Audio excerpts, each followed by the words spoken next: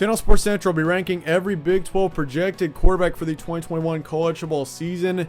And by projected, I do not mean confirmed. Obviously, there are several quarterback battles that still need to be done over the entire Big 12 conference for that matter, and some battles that could easily go far into the season. So these are just the projected starting quarterbacks here today, and I'll be ranking them for you guys in this video. We're going to go ahead and get started right away, starting out with your number 10 and also the D tier. I'll be giving you guys a tier list from A to D of each of the Big 12 quarterbacks for the upcoming season.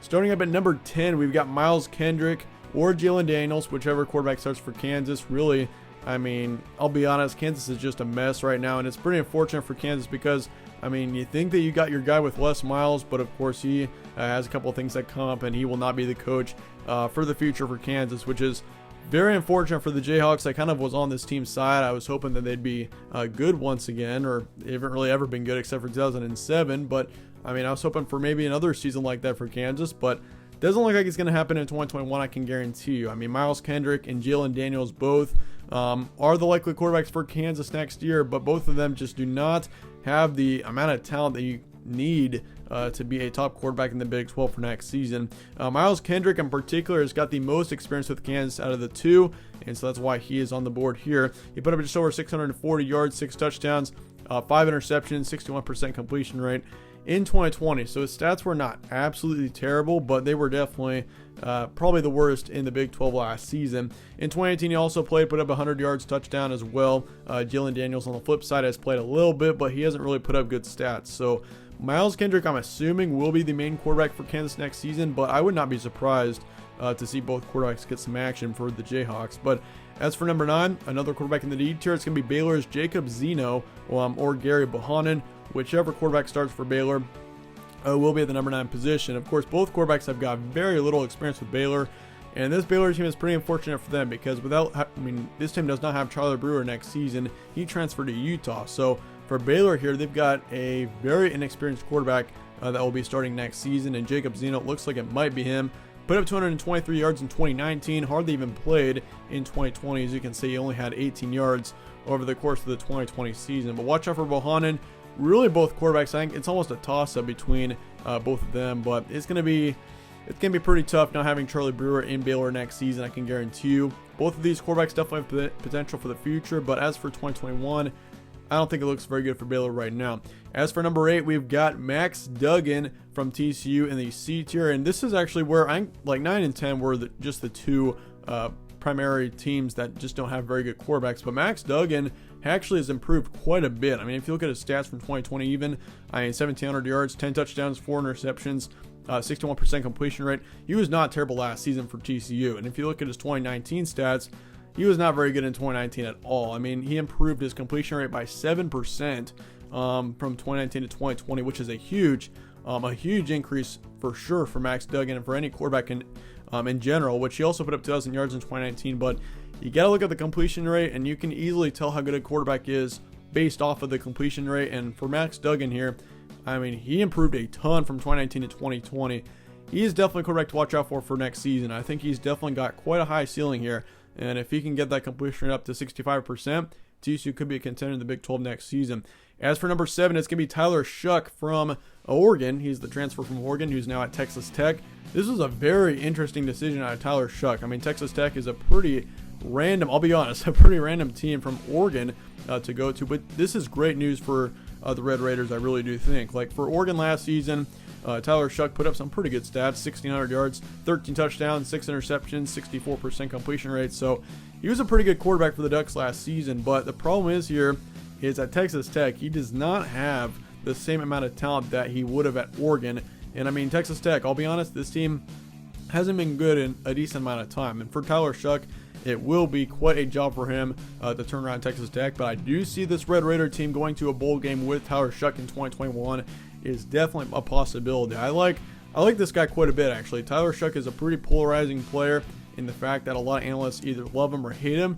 And I'm kind of on the side that I actually like him. I think Tyler SHOUGH easily could be higher on this list. Like honestly, 4, 5, 6, and 7 are all pretty talented on this list here, but Tyler SHOUGH just happened to fall at number 7. But Yeah, he's going to be replacing Alan Bowman. Alan Bowman is transferring to Michigan, so both quarterbacks are kind of in different places there. But SHOUGH, he's got a tremendous amount of potential, but the problem is, once again, is the turnovers. He's got to not throw so many interceptions, because that was kind of his problem last season. But as for 2021, should be interesting to see how Tyler SHOUGH does with a new team.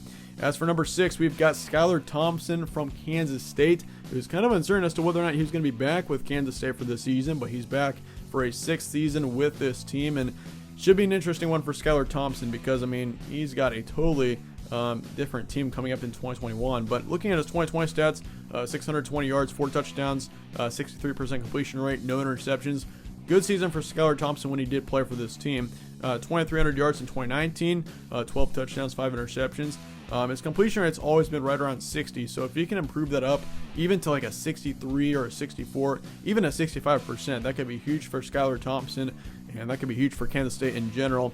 Kansas State's kind of just been in the background. Like this team has just been a background team for the past couple of years, and I think with SKYLAR Thompson, this team does have the capability to be a contender in the Big 12. So with SKYLAR Thompson, it'll be interesting to see how he does with this team next year, and I'm definitely on his side. But he starts off our B tier. As for number 5, we've got JARRET DOEGE coming in.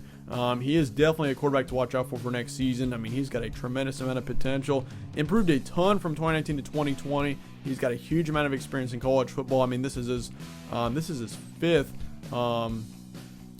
year with West Virginia at the starting quarterback position, or at a quarterback position. Or actually, no, it's his 5th overall in college. It's his 3rd with West Virginia, because he was with Bowling Green, of course, from 2017 to 2018. Put up some great stats in 2018, which definitely set him up to have a good season in 2019, and then 2020, of course, played probably his best ball yet. Should be a very interesting season for him coming up here. I'm definitely rooting for JARRET DOEGE. I definitely hope that he has a good season, and he's definitely got the capability to do so. West Virginia's got some great returning production. He's got lots of great weapons here in West Virginia. Should be a fun season for him.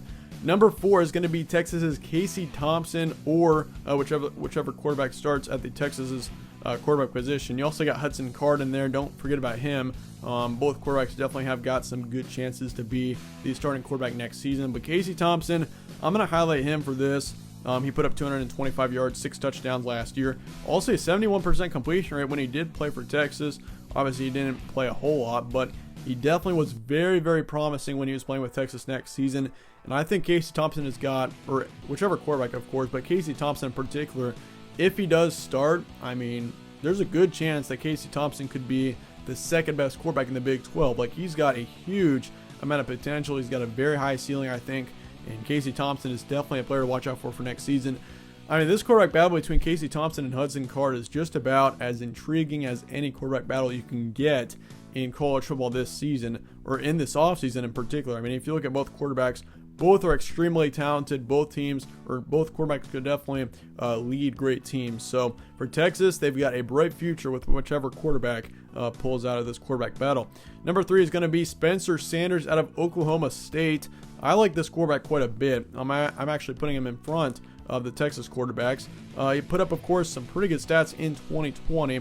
He was definitely one of the better quarterbacks in the Big 12, and all around, Spencer Sanders definitely a quarterback to watch out for going into next season. So it's going to be a fun one to watch with Spencer Sanders. Of course, Oklahoma State is losing a decent amount of talent going into next season, but I definitely like this Oklahoma State team with Spencer Sanders. I like Spencer Sanders quite a bit to put up some good stats next season. So yeah, watch out for him for sure. But otherwise, I think Spencer Sanders, like, he's pretty experienced in college football now.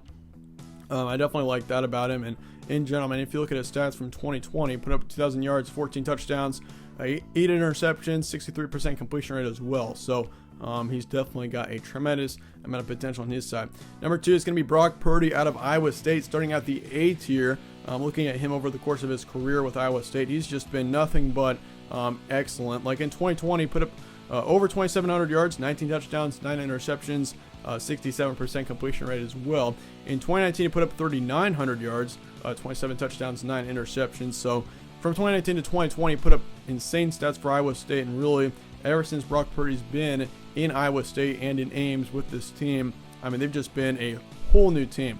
Iowa State is definitely a big contender for next season. I mean, if Iowa State can knock off Oklahoma, if this team can get past Oklahoma, I mean, Iowa State's a national contender for sure. Like, Oklahoma's going to be their primary obstacle in the way of getting to the college football playoff. And I mean, if this team wins the Big 12 with an 11-1, 12-0 record, especially 12-0, if they can win the Big 12 with that, I mean, this team is probably in the college football playoff next season. But which, I mean, definitely, I think that's definitely a possibility for this Iowa State team. I like them quite a bit. Great amount of potential and a great amount of talent on this team. Matt Campbell, things are looking great for Iowa State. Number 1 is going to be Oklahoma's Spencer Rattler. And really, I mean, this ain't much of a surprise, I'm sure. Like, Spencer Rattler and Brock Purdy both are just outstanding. Like, if you look at 2020 for him, 3,000 yards, 20 touchdowns, 7 interceptions, 67% completion rate. If you round up, it's 68. Spencer Rattler was, and that was his first full season as a starting quarterback in college. And that just, I mean, that shows a ton of potential in him. He has got a great amount of talent, and in general, I mean, Oklahoma's got a lot of talent too. He's got a ton of weapons, and Oklahoma in general is definitely, I think, a team that I could easily see going all the way to the national title. Like, this team has got so much talent, and they improved a ton over last season. Like, they've got a huge amount of momentum as well, and Spencer Rattler finally getting into a rhythm with Oklahoma. Didn't look so good at the start of last season, but once again, he was definitely the most improved player, I'd say, across the board, quarterbacks-wise, in college football last season. So it's going to be fun to watch Spencer Rattler going into Oklahoma for next season. And Oklahoma in general, I really think has got a lot, or a good chance to make a really deep run next season. So that being said, though, that wraps up my quarterback rankings for the Big 12 for next season. Let me know your thoughts and comments below on the Big 12 quarterbacks and whether or not you disagree with these rankings, or I'd like to hear your thoughts and comments below on that. So I do appreciate you guys all watching. Stay tuned for more from All Sports Central. Thanks for watching.